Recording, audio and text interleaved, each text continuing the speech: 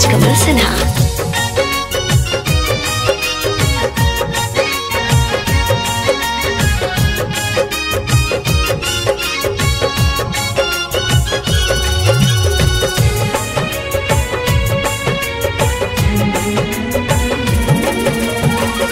दिलवा के दूर देलू है, दिलवा के दूर देलू हमसे लगा के।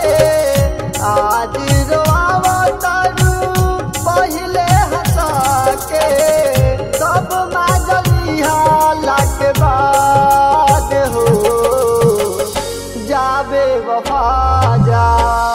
इतना बता के जाबे वफा जा, इतना बता के कैलू जिंदगी बर्बाद हो, कैलू जिंदगी बर्बाद हो।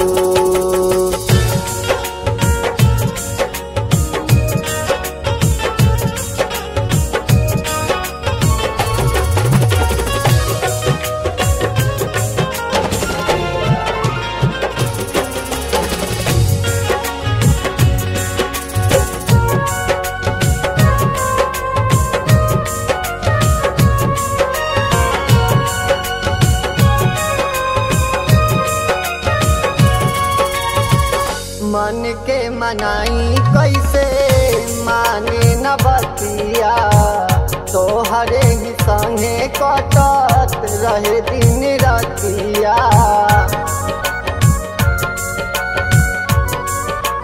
हाँ, मन के मनाई कैसे माने न बतिया, तोहरे ही संगे कटत रहे दिन रतिया। भोरवा में जाए घरी खैलू तू किरिया, तब काहे छोड़ देलू हमारा फिकिरिया। कैसे जियाबा तोके याद हो जाबे वफा जा, इतना बता के जाबे वफा जा, इतना बता के कैलू जिंदगी बर्बाद हो, कैलू जिंदगी बर्बाद हो।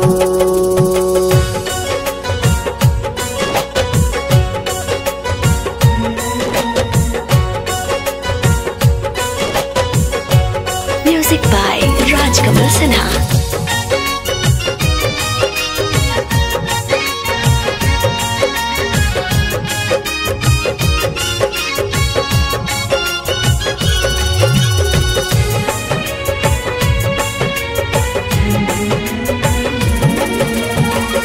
काहे खाती हमारा से दिलवा लगैलू, आपन कही कही जान दोसरा के भइलू।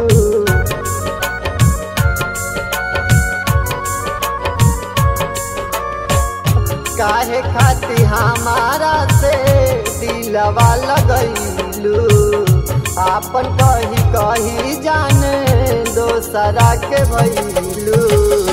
जा खुश रही हा तू पियवा के पाके, दिलवा पगलू तू छुरिया चला के। बन गईलू आज बागदाद हो जाबे वफा जा, इतना बता के जाबे वफा जा, इतना बता के कैलू जिंदगी बर्बाद हो, कैलू जिंदगी बर्बाद हो।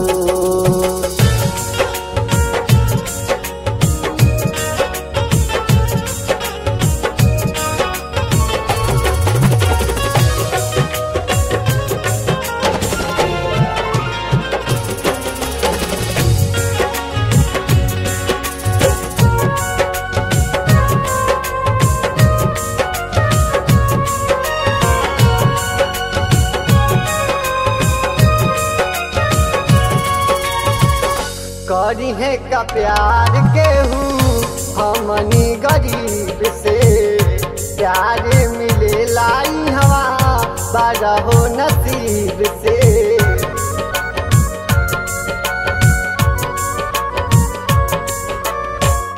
करी है का प्यार केहू हमनी गरीब से प्यार मिले लाई हवा बारा हो नसीब से बीटू न करी होके पे विश्वास हो सर पे लकबरा में हमारा सांस हो राज करे ले फरियाद हो जावे बाबा जा तना बता के जावे बाबा जा तना बता के कैलू जिंदगी बर्बाद हो।